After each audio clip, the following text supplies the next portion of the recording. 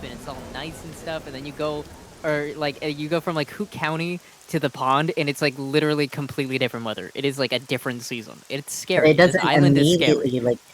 Are there lines drawn on the ground Yes, that you can yes. look at to cross? There's no lines, but you can like see a border because rain just stops. Speaking okay? of books.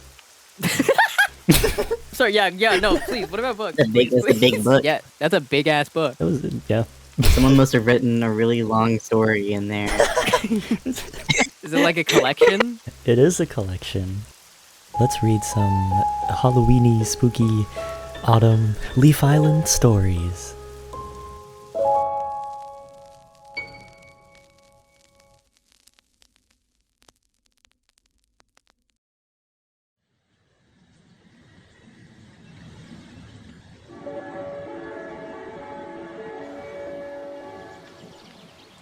Fly on the wall, at a routine patrol, buzzed by the tracks of the train when it stalled, crept on the cart with the cafe and nod at the mobile pastries at last boarding call. Its eyes weren't great, but its nose was quite keen, and its ears quite attuned to the pond's subtleties. At this time of year when the pond turned colder, the scents from the train and its station were tenfold. Cinnamon and spice from the old ginger grove enticed the fly through the wide sliding doors, has just enough time to nibble then go, with a hasty retreat as the train doors close. Was it one too much pie, though he was sure he'd had plenty? Was the rattle of creatures just one sound too many? That his nose didn't notice, nor his ears hear the sign, but his eyes caught a glimpse of the doors closed behind. A screech from beneath the table and floor, a horn he'd heard only at distance before, shook him in the world though he clung to the wall, but as still as he stood, was taken far from the pond. He tried at the doors and all the windows too. He could see the sun shining but couldn't pass through. Inside the lights flickered and the sounds were all fused by the noisy shriek and clatter into one sonic soup. But the thought of good broth soon settled his brain. Then the train settled too and smelt fresh air again.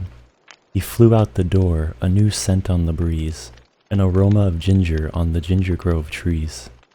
Fly on the wall had a routine patrol, buzzed by the tracks of the old ginger grove. Gnawed at the veggies before boarding on to the ginger grove train, southbound to the pond.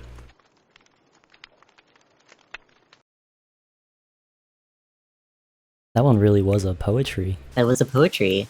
I liked the imagery of sonic soup. Yeah. It was an interesting word choice. Okay, I'm gonna read a longer one this time.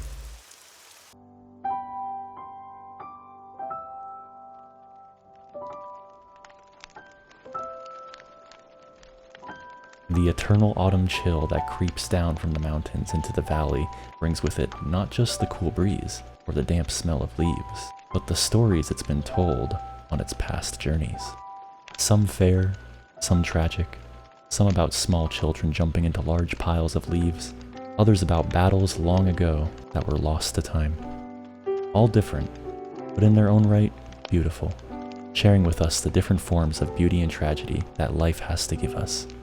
With every breath we take, the wind hears our story, and unlike the memory of mortals, the wind does not forget. Amongst the areas of Leaf Island, the tip is commonplace for the wind. As so, the stories from there date back much farther than the local scribes of the town claim they do. The tip's history is rich and full, although the locals don't know it fully. With each gust of wind, comes knowledge of the past to those who listen. Let's see what the wind has to share with us today. It was a light autumn day at the tip, as it usually is in these parts. The sun was covered ever so slightly by an overcast of clouds, although that did not stop the locals from preparing for their annual Leaf Island Festival, which they were hosting this year. Although, not everyone was helping. The door to the castle should go here, not on this side, dummy, the Kakapo says as she points to the castle she and the boy were creating. The boy looks at her and squints his eyes. What would you know about castles, Winona? You've never even seen one before. Yes, I have. My mom has this old smelly book that has pictures of them. She says it's from over there. She points to the snow-capped mountains that encompasses them from the east, Mount Celeste. They gaze at the large walls of stone, with both wonder and fear of the unknown in their eyes. Don't try pulling my tail. I heard dinosaurs were over there. How would they live in castles anyways? Winona looks at her friend in confusion and giggles. You're funny, Casper. Well, I'm hungry. My mom says she's making lunch, so do you want some? Without waiting for an answer, Winona bolts inside, who is soon trailed by Casper. Their home is small, but enough for this little family of two. Winona's mother, a tall green kakapo, is standing there in the kitchen with sandwiches on plates in front of her. She jumps. Winona! I told you no running in the house. Especially after what we talked about earlier. I know, Mom. I'm just hungry, and me and Casper wanted to eat, and I smelled food, and that made my tummy grumble even more, so I ran here even faster than— I understand, Winnie. Her mother cuts her off. Just please, watch where you're running.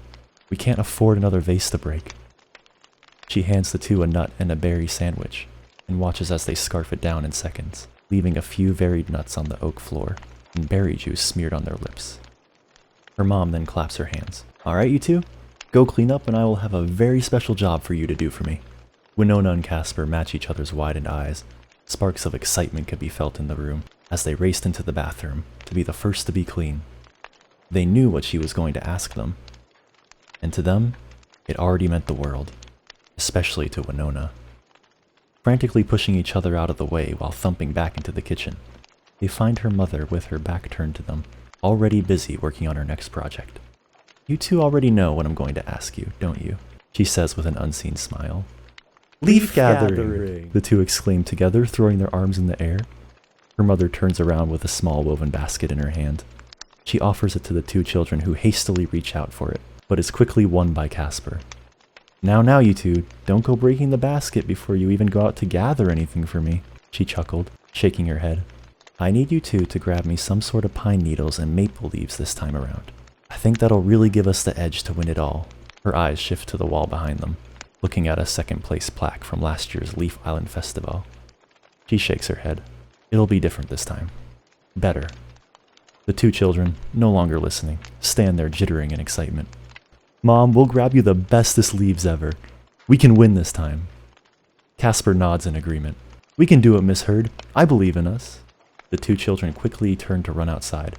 Casper bolts out the door, but Winona is quickly grabbed by the back of her feathers by her mother while in the threshold. Spinning around, she crouches down and meets her daughter at her level. Winnie. She puts out her hand and gives her a few pills. I know you don't like them, but the doctor said you have to take them if you go out.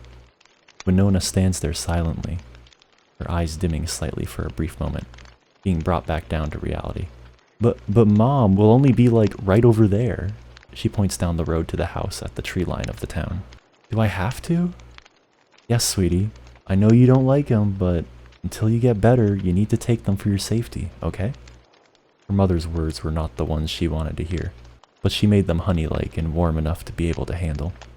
Winona takes the pills, shudders, and gives her mom a large hug. I love you, sweetie. I love you too, Winona squeaks out from her mother's thick feathers. After what feels like forever, she finally wriggles her way out of the hug and runs down to the road after Casper, quickly out of earshot of her mother's yellings. The town was busier than normal. With the upcoming festival, the townsfolk were hard at work trying to prepare the outside guests who were soon to come visit. Winona runs past Old Lady Clarabelle, setting up stands for her lanterns, one of the moths from the library helping hang streamers from the lampposts. and the many smelly sailors taking a break in the town from their long journeys. Her and Casper run up and down the bustling streets, trying to find the perfect trees to pluck from, but after a long time of searching, they find themselves empty-handed and in a large, dense forest. "Well, this stinks," Casper said, sitting there at the base of the tree. "Are we ever going to find a maple leaf or a pine needle? I thought these were supposed to be easy." He folds his arms and pouts. Winona finds herself kicking the dirt beneath her feet, completely lost on what to do next. "I think we should go home. My mom would be okay with it. She probably misses me anyways." She looks around trying to gain her bearings, but to no avail. She coughs and says, "Casper, do you know where we are?" His eyes widened. "Winona, are we lost? I thought you knew where we were." He stands up quickly and grabs her hand. "I think we should start walking." Winona looks at him with a puzzled expression. "Where?" Casper looks around for a moment too, and points to their right and nods to himself. "I think this way." The two begin to walk through the twisted maze-like nature of the trees. It was as if the forest was toying with them, keeping them in what felt like a never-ending loop. Tree after tree, stump after stump, their town was nowhere in sight. But Casper noticed something up ahead. "Winona, I think there's something up there." He lets go of her hand and runs forward, leaving her alone with the trees. "What? Wait for me, Casper!" She exasperates, trying to catch up with him. She continues to run forward until she reaches what he saw. A large open clearing. It was not a home, but it was definitely worth exploring. The sun was setting on this hilly clearing. The yellow grass was catching the light ever so uniquely, creating a golden sea to get lost in. The two children stand there in silence for but a brief moment, taking in the wonder they are sharing. After a minute or so, Casper taps Winona on the shoulder and points out to a specific spot on the field. "There's someone over there," he whispers softly. Winona's eyes dart over and notice a tall figure, their face covered by shadows. "What do we do? Should we ask them for directions? Maybe they know how to get back to town." Winona shakes her head. "No, my mom always said to be careful of strangers. What if they're mean?" "But what else do we do, Winona? It's gonna be dark soon and I want to go home," Casper whimpered out. They stand there contemplating what to do next, staring at the figure who has yet to move. "Winona, please?" He looks back and forth between the figure and Casper, lets out a small cough. Fine, but please stay with me." He nods and grabs her hand as they begin to walk towards the figure. With each step they take, the quicker their heartbeat gets, the clammier their hands become, the more startled they become to the snaps of twigs in the forest. They finally come within speaking distance of the figure, and Winona musts up the courage to speak. Excuse me, but we're lost and trying to go home. Do you know where the tip is?" She's answered with silence. Winona and Casper's eyes meet and share the same confused thought. "Hello, sir? Where's the nearest path? Please, we just want to go home." Yet again, no response is given. Casper lets out a sigh of frustration and walks towards the figure. "Casper, what are you doing?" Her heart begins to race faster than it ever has before. "Winona, he's not gonna give us an answer." "How do you know that?" Casper walks up to the figure and knocks at their leg, making a dull thudding noise. They're a statue. Winona walks forward and reaches out, touching the coarse and bumpy rock that was deceiving them this entire time. She looks it up and down, letting out a sigh of relief, but cannot get the thought out of her mind that she would rather be a real person. "So now what?" she says, flustered. "We really are lost without help." As if she was still speaking to the statue, he was given no response. She looks at Casper, whose eyes are glazed over, drool slightly dribbling down from the corner of his mouth. "Casper? Casper?" she says while shaking his shoulders, his body limply thrashing back and forth, his eyes thoughtless. Letting go of him, the wind begins to blow through the golden sea, causing Casper to sway. Winona breaks her stare from him, and realizes that there was much more than one statue in this field. With each one she sees, another seems to appear out of the corner of her eye. Soon enough, the sea of gold is quickly inhabited by these dull gray statues. Her breath becomes short and quick, with every thought imaginable running rampant through her mind. "What is this place?" she murmurs to herself. With the sun just barely peeking over the horizon, she knows her time is dwindling. "Casper, stop messing around. We need to go home." Winona turns around to find the lone statue. Casper was nowhere to be seen. She tries to yell out his name, but is quickly thrown into a coughing fit. Her throat burning and dry, tears welling in her eyes. She finds herself on her hands and knees. All alone in the golden sea, Winona begins to realize her plight. With each cough leaving her mouth, the fuzzier her eyesight became. After a few long and painful minutes, Winona sits up against the legs of one of the statues, her breathing slowing, her whole body feeling weak and heavy. She looks back up to the sun. It was beautiful, the best sunset she had ever seen. The tears begin to stream down her cheeks, a smile growing across her face. Lost in the moment, nothing else seems to matter. This was what her life had led her to, and she was grateful for every moment of it. Looking up, she sees a rustic orange maple leaf fall from the statue's outstretched hands and onto her lap. Winona picks it up and smiles, tears continuing to slowly discolor her feathers. She lets out a small sigh of relief as the leaf soars out of her small, gray, stone-like hand, flying above the golden sea one last time.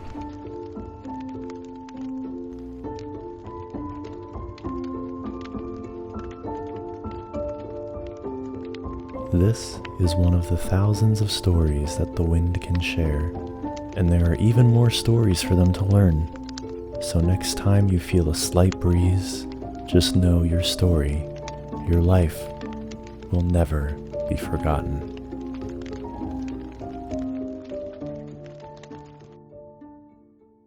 I read this story when I was a fledgling, and it made me never want to go outside again.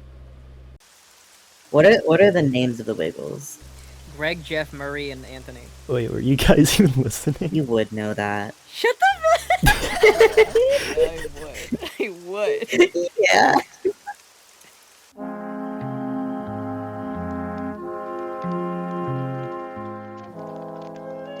On a chilly Tuesday morning, in the middle of fall, the smallest, leggiest creature on Leaf Island, if not of them all, Chontrantula, out from their web, scurried off to the trail, where today their favorite shop in Westcliffs was having a candy sale. They scampered over the bridge, where usually they'd stop, to greet their friend Gator Dude, but today there wasn't a drop. Moving on to the town, not a soul was around. No Oreo cat, no Spy-Deer, not one friend to be found. Bugs, that's strange, Chontrantula thought to themselves, until they saw their beloved shop with candies up on the shelf. Aha, that's it. They must already be inside. So feeling giddy for candy, they scurried up to it in stride. But shockingly, upon entrance, they were met with a fright. Ghasts, ghoulies, gizmos lined up Chontrantula's sight. A bird with not only claws but sharp teeth. A big scary pumpkin with a monster underneath. Some spindly thing with a sock for a hat. Not much on this island could get scarier than that. So Chontrantula did what they felt they must. They bustled up their courage, and with this new bust, gathered as many spindles full of candy as they could muster, left their bird bucks on the counter, and fled towards the luster. The shining sun above was Chontrantula's only aid, as they fled for their life from the horrors they just barely managed to evade. At last they had made it back to their web, all safe and sound. There they were finally safe to feast on the goodies they had found. And feast they did. After the stress of their day, not one candy survived. Bellyful, they clawed up into the dark of their web, where Chontrantula closed their many eyes. But to no surprise, Chontrantula's dreams were filled to the top with the same horrors they had seen at the general shop. Monsters with wings, teeth, talons, and claws chased Chontrantula up and down their webbed halls, but as all seemed to be lost in the clawed grasp of the thing. Bring, bring, bring, bring. What was that? Bug. Chontrantula woke up quick with a start, but even though they were awake and free, terror still filled their heart. For as they scurried from their bedwebs, with a web light in hand. CT, being Chontrantula in shorthand, had just heard a strange word they couldn't quite understand. Or maybe not a word, but a clang they had heard, or a whiz, or a snap, or a buzz, or a bird? But a ding! At the bottom of the web, CT heard it again. A ring from the web bell by a very good friend. 'Twas Schmaltzbert and the gang, and they were dressed to the nines, and they sang trick or treat, and held their pails to the skies. Bugs, bugs, bugs, CT cried.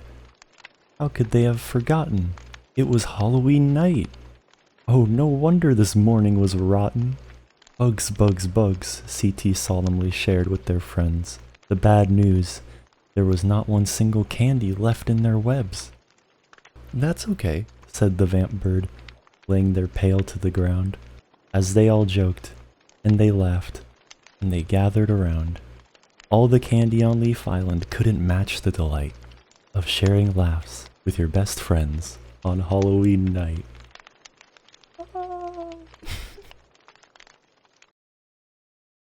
Sorry, I'm speaking in a cadence as though I'm still rhyming, but I'm not rhyming. I get you. Get stuck in the You're mindset. emphasizing certain words. It's time for a story. The next one in the batch. What shall it be? I'm gonna read now. Maybe it'll be about a pumpkin patch. Maybe there'll be a pub. Bars, patch. bars, bars, What a bars. cute little story. I'm sure the next one will be just as chill.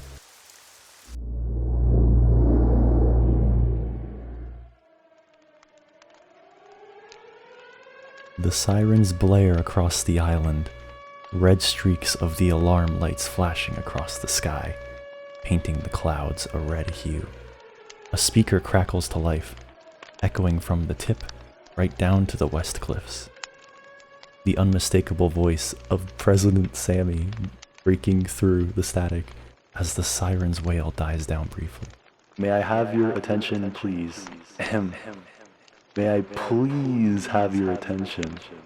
There is a meteorite heading towards Leaf Island. There is no shelter that will keep you safe. There is no way you can survive this. Be with your loved ones, your friends, your family. Go home. Make the last calls you can. Do those last minute things. I'm afraid to say, our time is up, Leaf Islanders.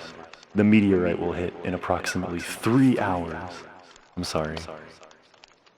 The small group of regular book club members glanced at each other, then the red flashing light in the sky, and then at each other again. Well, I guess we're fucked. Turtle was cut off by another message being sent across the island. 3 hours until impact.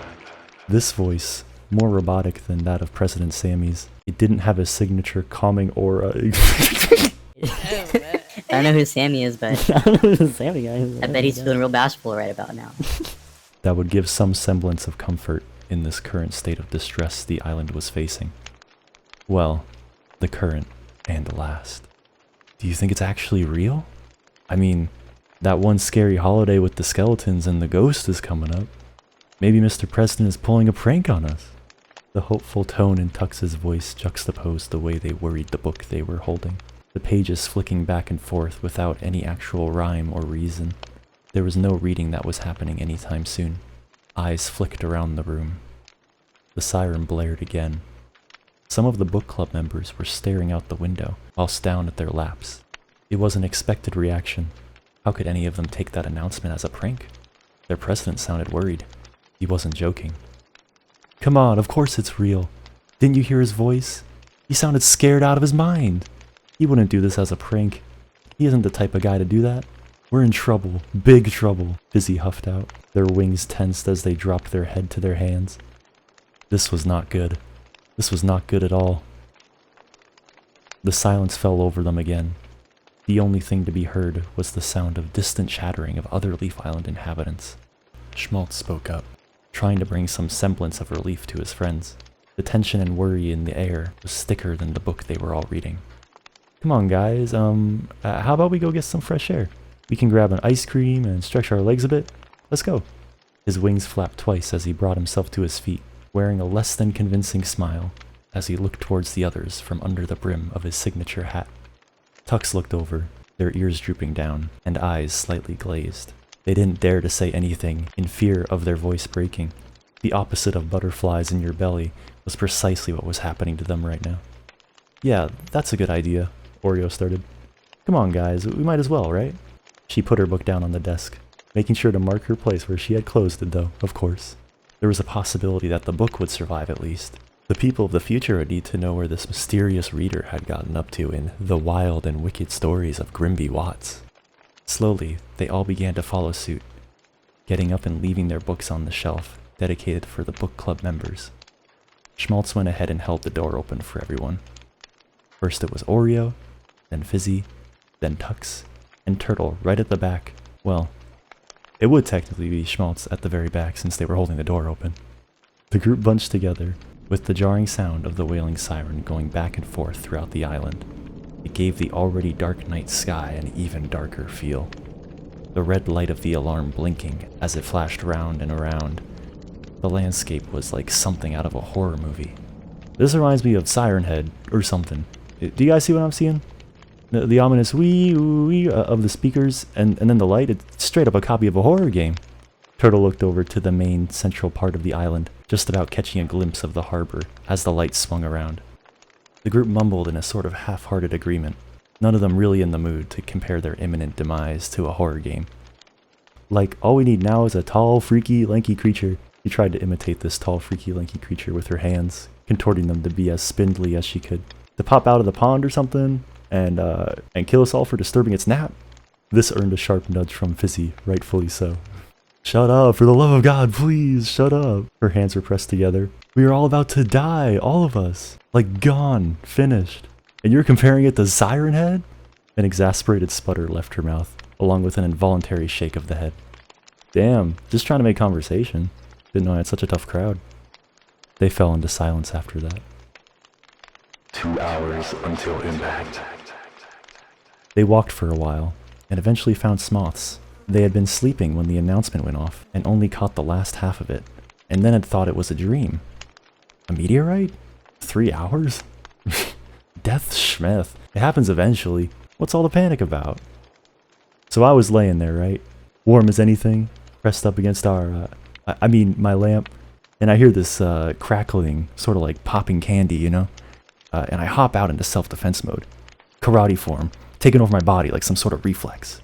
They were all sat on the bench eating ice cream now, having dragged the half-asleep Smoths out from their lawn. And I hear Sammy's voice, good old Sammy, right? And I relax, because I know I'm in safe hands. If I hear that guy around...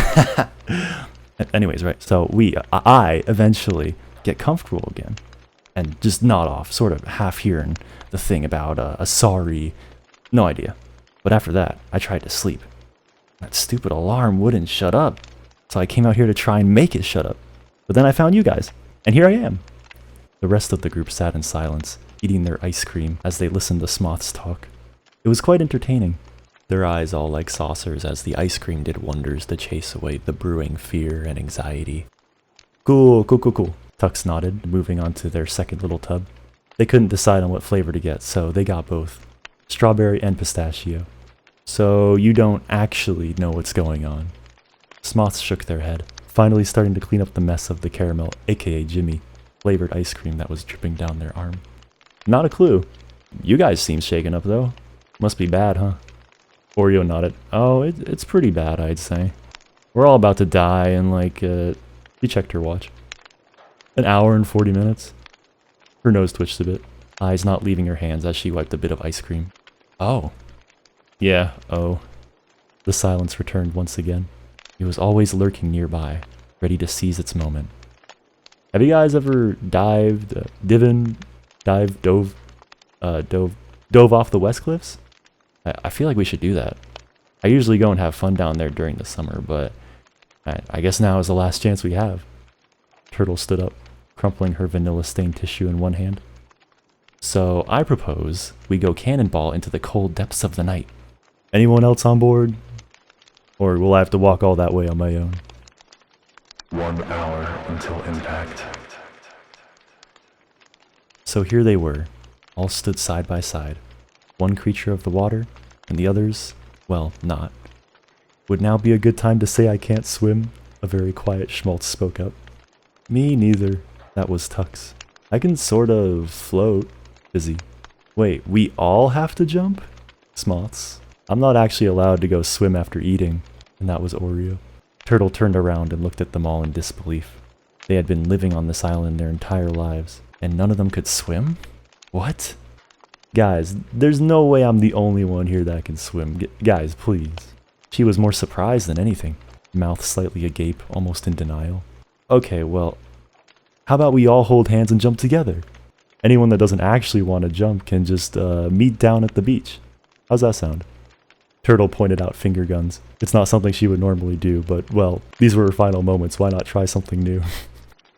45 minutes until impact. The three that were left to face the cold waters of the West Cliffs were Turtle, Fizzy, and Schmaltz. Schmaltz somehow fashioned its boots into armbands, and that was the only thing that had convinced him to jump. You know, I don't think that Grimby Watts ever did anything like this in his book, Fizzy mused aloud, a smile on her face. I think you're right. We're making history. Suck on that, Grimby, Schmaltz shouted out to the black abyss of the night sky. It really was a dark night. The clouds were a nose hair away from the three, and the only real point of reference for the edge of the cliff was the red light that would illuminate their sheer drop now and then. Turtle had timed it though, too deep in thought to even register what the other two were talking about. Okay, on my mark, we jump. Don't let go of my hands. Laser focused, she counted down from 10, under her breath. The red timer ticked down, working clockwise from the tip. 10, 9, 8, around to Hoot County. 7, 6, 5, then passing through the pond. 4, 3, 2, 1, jump! They all pushed away as the light swung over to the west cliffs, their path down perfectly shown as they began to plummet down. They were all too breathless to scream, the air being trapped within their bodies as the gravity pulled them down as if they were nothing. A few seconds more, then splash! They broke water, hands forcefully ripped apart from the force of it. Turtle immediately scrambled to the surface of the water, catching a glimpse of Schmaltz's boots armbands on the way up. She took in a deep breath, and took to swimming towards the bird, grabbing onto him. Okay, I got you, Schmaltzy. You're good. Hold on to me as best you can, yeah? Heavy breaths leaving her mouth, as she felt a very sopping wet hand cling onto her shell. Fizzy wasn't too far away, but Turtle did almost miss her, the darkness helping the bat blend into the waters, but the flat of a velvety arm was unmistakable. See? I float! A very proud Fizzy stated as Turtle helped them grab onto their back as well. You're so good at floating, Turtle had laughed out, before beginning to swim towards the beach where the others were. 20 minutes till impact. They were all congregated around the fire pit. The land gang had gotten cups of hot chocolate, and were waiting there with towels for the divers gang as they swam back to the shore. Fizzy and Schmaltzy vigorously shook their bodies to get rid of the excess water. The sky had lit up, as though the sun was rising, which it wasn't due for another 7 hours at least. The air felt warmer as well, as the huge orb of doom that was the meteorite began its final descent. Turtle tried to ignore it, patting herself dry. That was incredible. Fizzy followed suit, only glancing up briefly at the sky. I have no idea why I've never done that before, because honestly, the adrenaline as you're going down, insane. And then when you hit the water and the air's knocked out of you, but the water's so calm, and you're alright, and you surface really quickly, oh my gosh. Fizzy rambled on, a smile tugging at her lips. Schmaltz had reattached the shoes to his feet, and now looked up to the sky. Any thoughts he had about the dive were gone, and he just stood there with the towel around his shoulders. 10 minutes until impact. Some other Leaf Islanders were also down by the beach. Jigglebird and Wigglebird could be seen dipping their feet in the water, the night breeze swaying their bodies back and forth as they chattered quietly to each other. Ed Thing was laying down in a hammock that was strung between 2 palm trees, sunglasses shading the bright light from their face. And if you squinted really hard and shaded your eyes from the blazing ball of death, you could see Harold Hill sat all the way over at the tip at Makeout Point, overseeing the view one last time. The book club members and Smoths were talking about the most random things, trying to keep the conversation going as they did their best to ignore the way the air got thicker and their clothes felt tighter. The group that had been in the water dried up a lot faster than a bird, a bat, and a turtle would be after being fully submerged in the water. Tux had found marshmallows from one of the tuck shops that were here on the beach and brought them over. Some light theft wouldn't be minded, surely. Oreo made s'mores for everyone because she was the only one capable of making them just right. 5 minutes till impact. And then I said to him, "Hey, Mr. President, if you won't give me a year's supply of pondweed, then I'm not bringing you any more cookies." Turtle laughed out, the rest of the group not fully following the story, but laughing anyways. "Oh, that reminds me. I had to haggle for some veggies down at the market. I had to sweeten up this old lady by giving her some notepads so she would sell me cauliflowers at the normal price. Can you imagine?" Oreo recounted her own story, smiling fondly at the memory now. Schmaltz's eyes suddenly widened.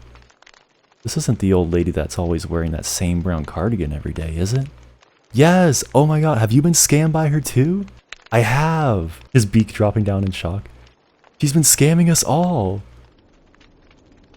1 minute until impact. They tried to ignore the reminder that boomed out of the rusty speakers. They really did. But as the time ticks closer and closer, and the meteorite in the sky gets closer and closer, you do tend to let it get to you. Guys, I just want to say thank you. I've had a great time being a part of the book club with you.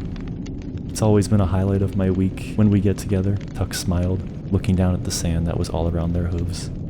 I don't want to get too sappy, but I'd regret it if I didn't say anything. The rest of the group was quiet. Sorrowful smiles and tears glistened in the eyes of everyone sat in the small circle they were in. "I'll miss you guys," Izzy sniffled, risking a glance up to her friends before wiping a very threatening tear from the edge of her eye. I'll miss you a lot too."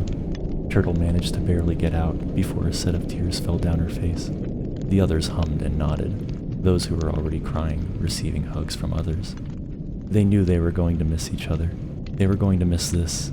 No one had to say it. 10 seconds till impact.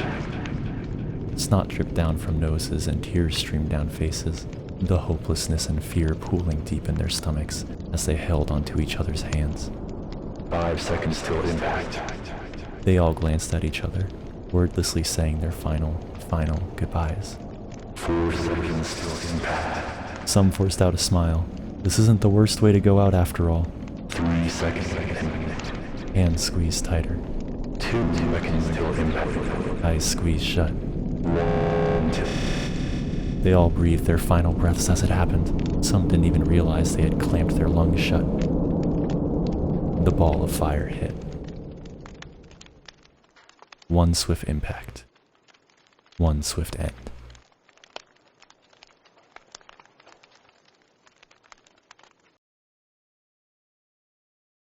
They really all died at the end in this one. No, you see, the meteorite is a metaphor. Good, I need a metaphor. You right? understand? Meteorite is a I can't metaphor take this for literally a right. giant ball of fire. The meteor is the friends you made along the way. Wait, hold on, there's something written in really tiny text here.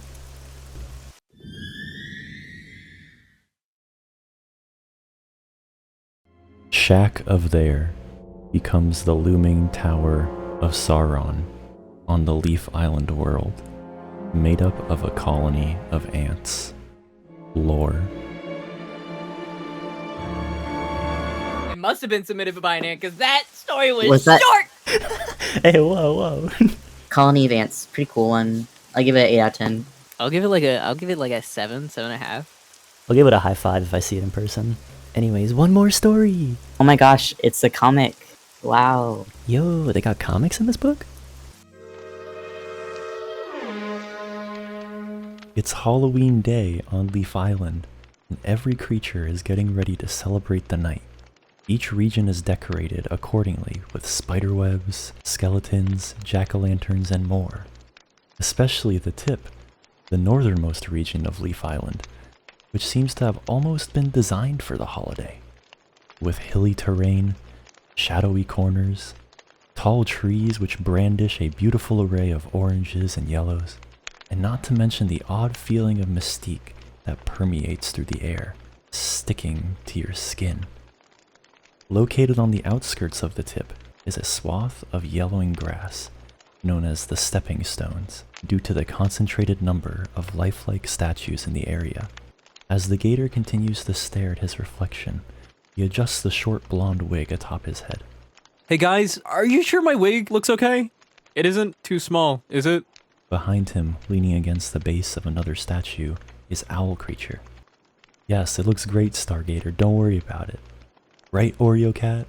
The EB cat lifts her head up to give a quiet in agreement before laying her head back down on the half-eaten bag of hot crumbs she had been using as a pillow. Okay, I think I'm fine with it now. Hey, weren't Harold and Ed supposed to be here by now? We can't be the Scooby Gang if we're missing half the gang. I mean, our costumes look great and all, but we need a Shaggy and Scooby. How can we show up to the costume party without them? Just then, a ping is heard from Owl Creature's pocket as she checks her. Leave your phone. Get it, chat? Speaking of that, I just got a message from Ed Thing. He said to come to the party ASAP. Something is wrong. So the trio set out for the annual costume party being held at the Tip Library. Ed had promised it would be, like, so epic. They quickly see what Ed meant when he said something was wrong. All the lights are out in the library, and the entrance is blocked off by tape. What's going on here? Where's the epic party? Harold frowns. It's not happening, man. Melville says it's too dangerous. He's shutting the library down. Melville nods his head. That's right. Until all this funny business ceases, no one's allowed in the library. And with that, he flies off. Owl Creature tilts her head. Funny business? She asks, confused. Oreo Cat quietly whispers to herself. Put a pill in a McFlurry, I'm goofy. Melville said some weird things have been happening in the library recently. Seemed to really spook him. He wouldn't tell us anything. I can tell you.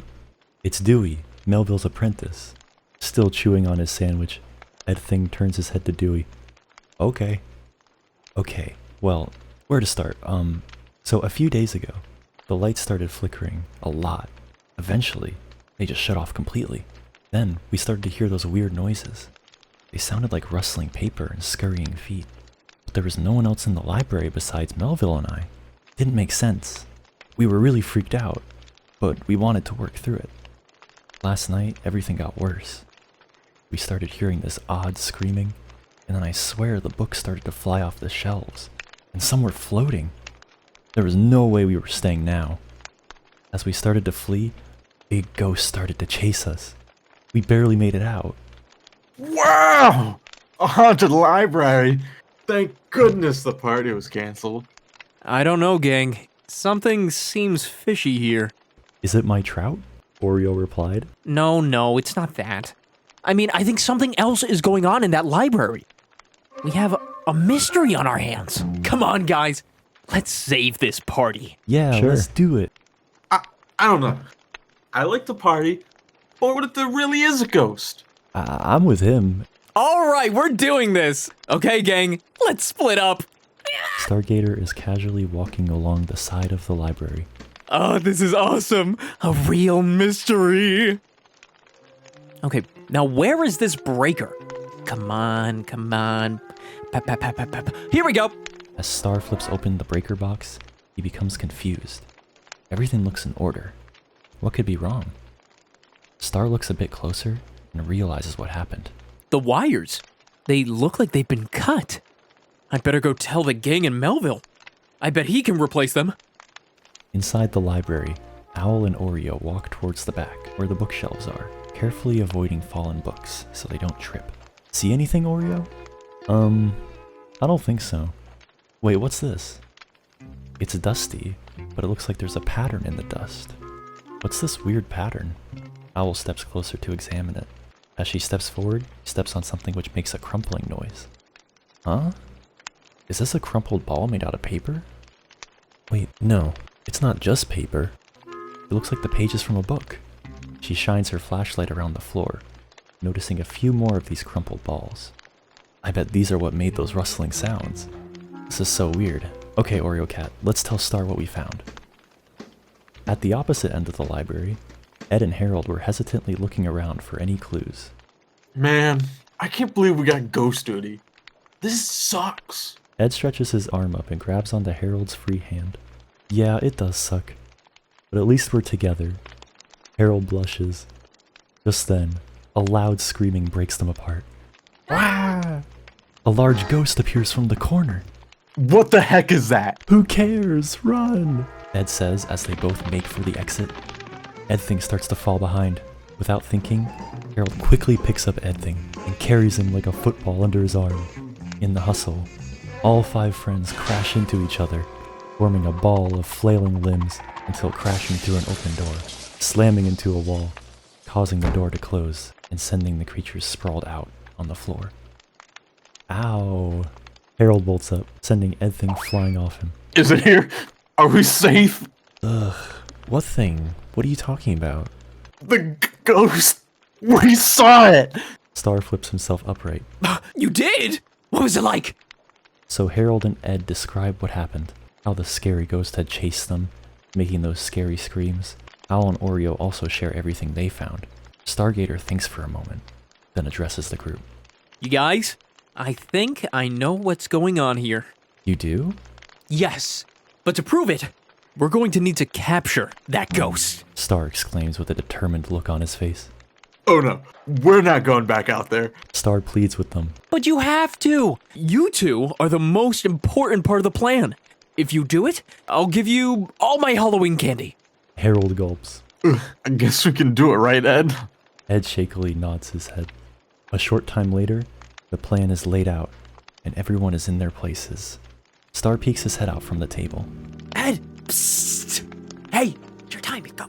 Ed tries to calm his nerves and begins walking. Yeah, I sure do love this library. Yeah, I love reading. Yep, I love reading just by myself. In this library, right here, by this bookshelf, just me. It's quiet for a second. Then the weird screaming is heard as the ghost appears.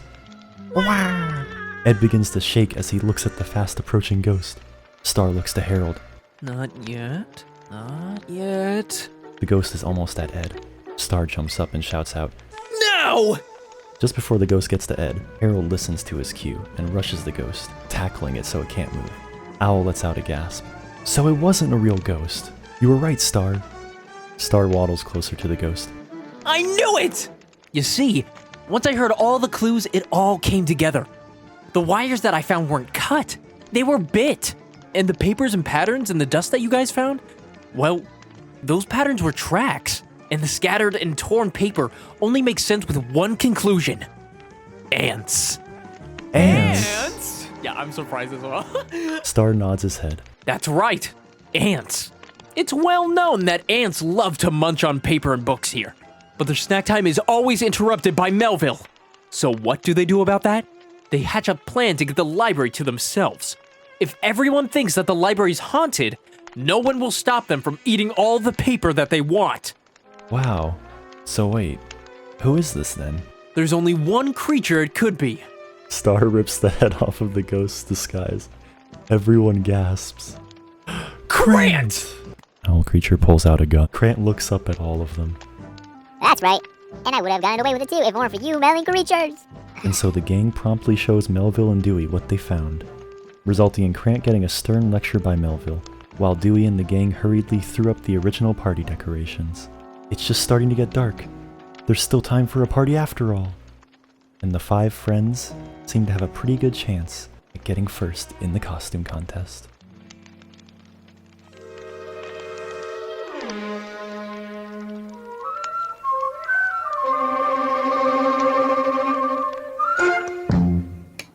Yeah, lovely, lovely. I really like that one. And then they all died.